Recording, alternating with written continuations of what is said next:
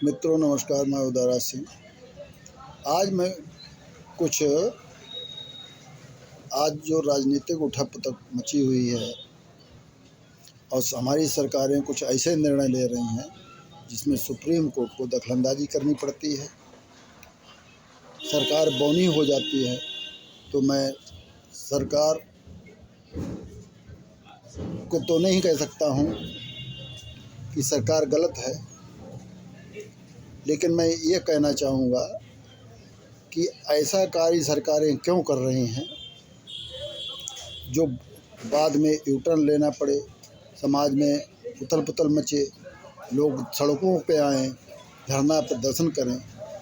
मैं सरकार से निवेदन करता हूँ कि इस तरीके से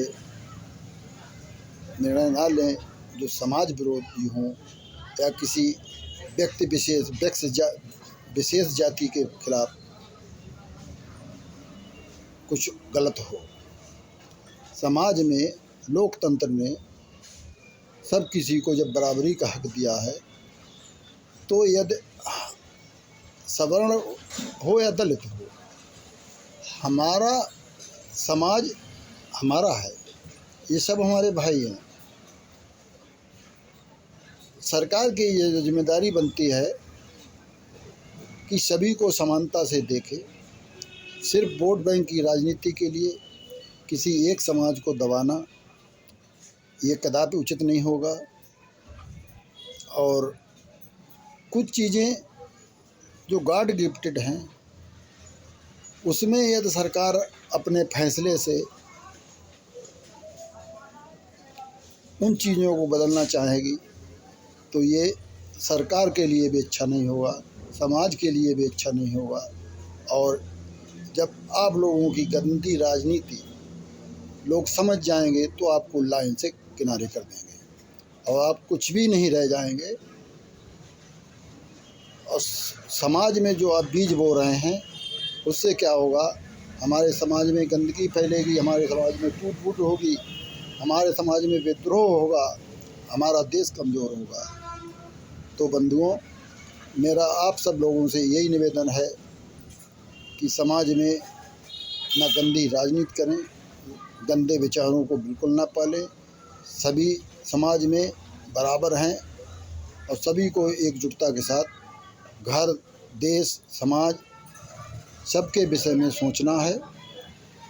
और यदि आप ये सोचेंगे तो सामने वाले जो आपका दुश्मन है वो भी आपको देखकर डरेगा। अन्यथा की स्थिति ये होगी कि इतिहास से हम बहुत कुछ सबक ले सकते हैं। एक गली में समाज से हम शिक्षा ले सकते हैं।